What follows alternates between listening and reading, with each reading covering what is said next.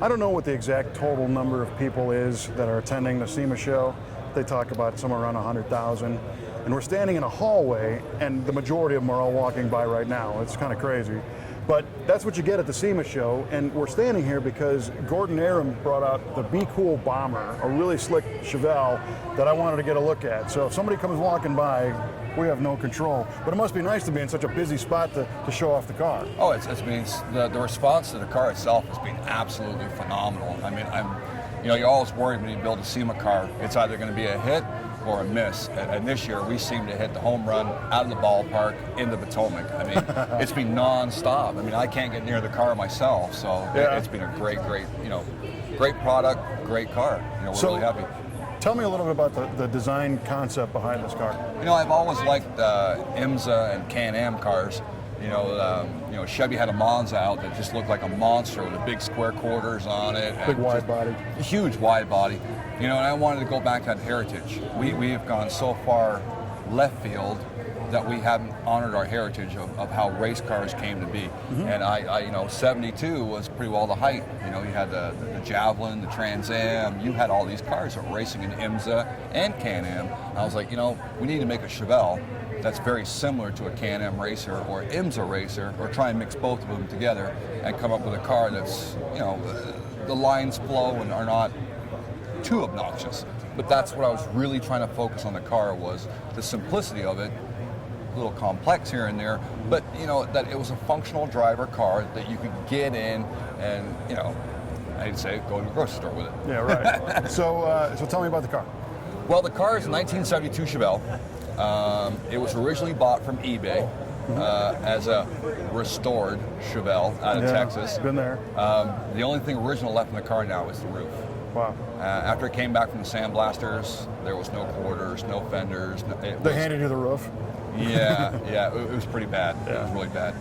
So of course we got a hold of our longtime friends over at Goodmark, and we discussed it with them and what we were trying to do. And there was a little bit of hesitation there, and they're like, well, how are you going to do it? I said, well, I need two of everything. And they're like, okay, well, try it. And of course now Goodmark has seen it, and they're just lost their mind. So they love the concept of the car.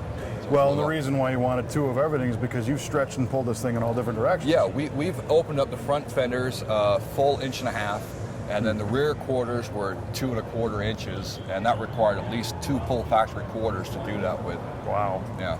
And to look at it now, you almost can't pick it up. Exactly, and that we struggled for a very, very long time on continuing to keep that body line in place without disrupting the flow of what a normal Chevelle looks like. I mean, from a distance, if you look at this car on the side, there are no flares. They're not there. Right. Until you get up to it, and all of a sudden you realize, oh my God, there's flares on this car. It's really hard to imagine, the struggles we went through to maintain not only the body line, but the built-in curves that a Chevelle has. We just didn't want to go away from that. Otherwise you would look like you had a European import car that you slapped huge flares on and called it good. We didn't want that look. And this is almost black. Almost black, that's correct. We used the BASF R&M paint, and our base color was indigo blue, and then over top of that was dark black cherry candy pearl. Wow. So our painter at Redstone Restoration, he did an 8.5-hour marathon paint job, and I mean, he did a great job, just a great job. Well, and it says a lot to go a color that dark and that shiny with this level of body modifications, and to have it be as straight and crisp. Yeah, I mean, those guys work nonstop. I mean, Redstone Restoration, the guys came together, and they just kept pulling and pulling and pulling. They wanted to succeed. And our biggest goal too was to eliminate as much as the Bondo out of the car as you can. I mean, normally when you stretch a car this big, right, you're going to have immense amounts of filler.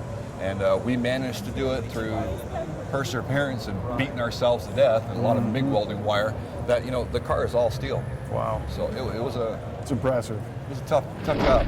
So tell me what's under the hood. It's a different looking motor. So of course our first thing is being the BeCool Bomber. We're actually using the BeCool radiator. Yep.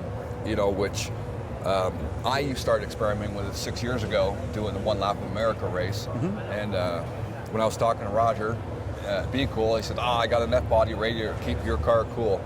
And I'm like, you know, really? I've heard it all before. You Yeah, know, yeah. we've gone to other companies and used theirs, and we're always running hot. You know, and 2 years ago we ran Daytona, you know, which is one of the hottest tracks to run. And at over 170 mile an hour, the car never broke 200 degrees Fahrenheit. Wow. And at that point, I'm like, Sold. so Yeah. what can I do for BeCool from here on out? Yeah, It's sweet. simple as that. You know, I've never been able to have a car go that fast for that length of time and not go over 200, 205, 210, you know. Yeah, And- they're really good stuff. We've used them in a couple of cars Yeah. and had similar results. Not quite that fast, but But it's the consistency, the length of time that it runs for. I mean, you could run a short quarter mile with any kind of radiator and probably get away with it. But since we're road course racers, you know, you're out there for 20, 40 minutes, maybe like Thunder Hill, it's 24 hours. Yeah, right? right. And we never broke 195 in 24 hours. that's unbelievable. So, you know, we're super happy with the product. It's kind of an artistic plenum you built up on the top there. Yeah, what we decided to go with, of course, is the tried and true LS1, and then we you know, stroked the engine out to 388 cubic inches. Got to get a little bit more out of it, and then our friends over at Hillborn said, "Hey, we got this new fuel injection product this year. Like you try it out." So we went with the electronic Hillborn fuel injection, which commonly are all the most hot rodders been around for 50 years know that Hillborn comes with stacks. That's it. Right? As a road course racing car, stacks are not good.